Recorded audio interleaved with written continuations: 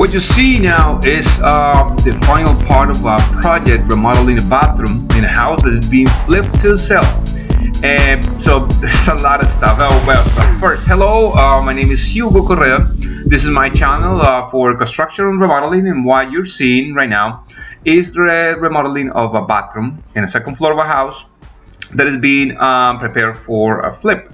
Now at this time, all the houses are already finished, so I'm going to have a collection of different videos.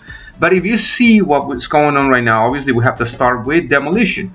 For demolition, I encourage you always to protect your respiratory cavities, your eyes as well, and your hands, you know, when you're doing demolition. Not too long ago, a piece of wood actually came towards my face, and because I had, you know, glasses and all the stuff, I was able to prevent any type of, you know, difficult situation for my eyes. But anyway, when I do the remodeling of houses, especially the ones where you have old moldings and all the stuff, I like to carefully take out all the moldings, because, and you know, any type of wood pieces that are around, because you may not be able to find those pieces of wood again. They may be discontinued, and you may have to go through a lot of trouble to be able to replace those things. So in this case, what I'll do is I always try to save all these pieces of wood and make sure that I have it for future repairs inside the property. Okay, now we have the bathroom stripped, and we find some things that are important. The first thing is that we didn't have insulation on these walls, exterior walls, and that's really delicate because that will consume a lot of energy to be able to, you know, kind of maintain the area hot or cold.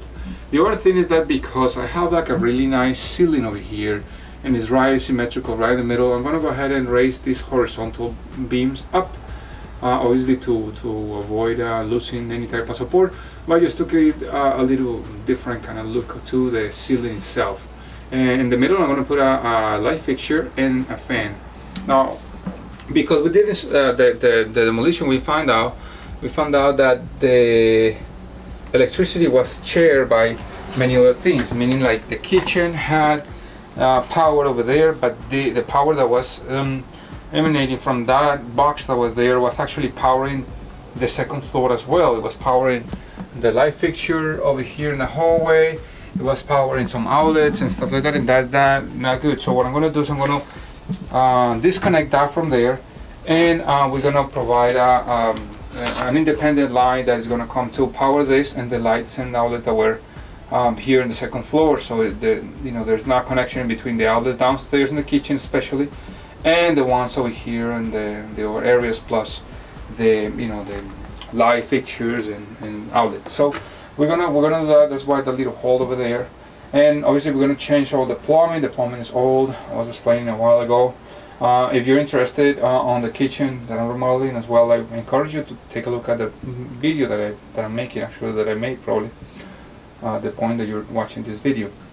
So, you know, we're going to take that out. We're going to put a nice outlet over there. I mean, outlet, shower faucet, to, you know, to make sure that we have the water kind of in the middle, and, you know, it works really well with a new valve. And also, again, insulation. The electricity obviously is going to be a little more symmetrical, so it you know, provides a purpose. And this kind of ventilation that was right there, right by the sink, is going to be higher, so it's going to be there. I'm going to use some duct work to be able to bring that up. So a few things that we're going to do, and just for the good of the bathroom, to make it look a little more appealing. Okay, before I continue, I want to show you what happened. I raised the ceiling, so I had some sort of like a cathedral-like ceiling. So I want to just kind of enhance a little bit of the look of this particular bathroom. And I went ahead and put a light fixture right where the tub is, right in the middle of the tub, in the middle of the room as well. I put a fan to extract like an exhaust fan, so this will go all the way through from the little hole over there out. I actually projected the rafters out so I can put R30 insulation after I put something called waffles that will help the air to flow towards the exit, right? I also put a light fixture right in the middle. It's going to be a small little light fixture, and one more light fixture, a pendant light, because of some air conditioning concerns.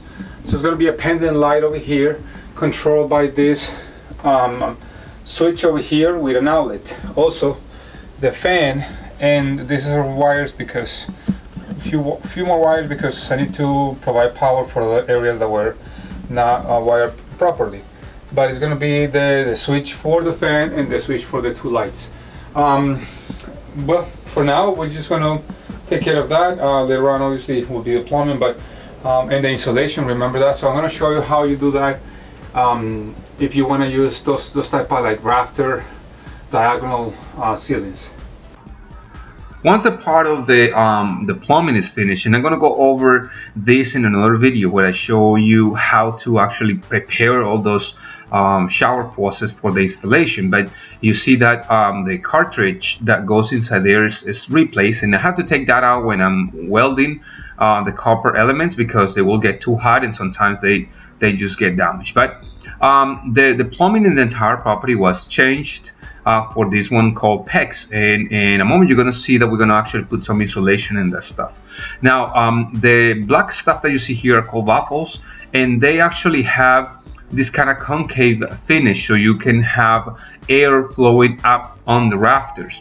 And the reason of that is that when you have a lot of heat, especially in summer, you have 100-degree roof going on, you want that hot air to go away from the house. So normally what happens is that when you want to use those areas, those spaces that are kind of diagonally, you want to allow the hot air to move while you install actually some insulation. So now that all the wiring was actually brought up from the main panel, you can see that, well, first of all, I'm using some deep boxes. The deepest, the better. The wiring is properly fastened and organized. You don't want to have all those wires kind of hanging loose.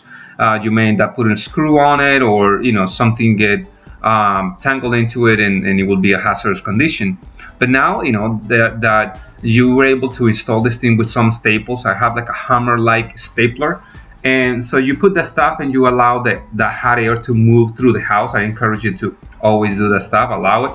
And the fan, actually, the exhaust fan actually has a pipe that you saw there that goes to the unfinished attic and then out to the air, So once, R30 insulation is installed, you can, rest assured that a lot of the heat that is there is not going to be in your way, especially now that it's winter time. You're gonna retain all that hot air that you're producing with your equipment, your heating devices, right? So the wiring is properly installed and organized. We have to continue with the insulation after you insulate your piping. Sometimes some people is like, well, you don't put faucets right on exterior walls, but I've seen that over and over and over again. So as long as you put some insulation, you're conscious about it, you will be fine.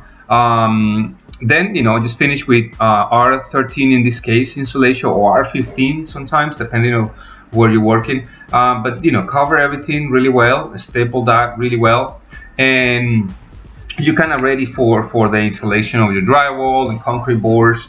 And make sure that everything is kind of nice and snug, because that will give you some issues with your sheetrock or your drywall. Now, when you're installing drywall, you don't want to use some long screws. Some people use like 1 5/8 or 1/2 inch drywall, and then you end up probably killing a lot of energy, spending a lot of money, and producing a lot of issues. So because I'm doing other videos about the glass block installation, you won't see the glass blocks installed in this video other than when it's finished, right? But pretty much you remove all the stuff, you have your glass blocks ready, properly install your glass blocks, avoid having issues. And now that you see from the beginning was really bad, and you can see the finished process. Now you've seen a lot of the videos installing tile and all the stuff. I encourage you to take a look at it. But if you notice, from a really messed up bathroom to a brand new beautiful area where you can actually relax, and the space is bigger,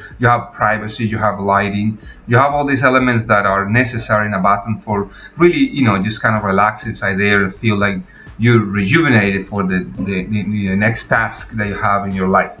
So simple, different kind of, I use the same fixture that I had, although the light fixture is different and stuff like that, but the toilet, the sink and all the stuff are the same. We just clean them up really well, install them on the brand new floors and all the stuff, But with this, I want to leave you in a hope that can help you to do some renovations at your house.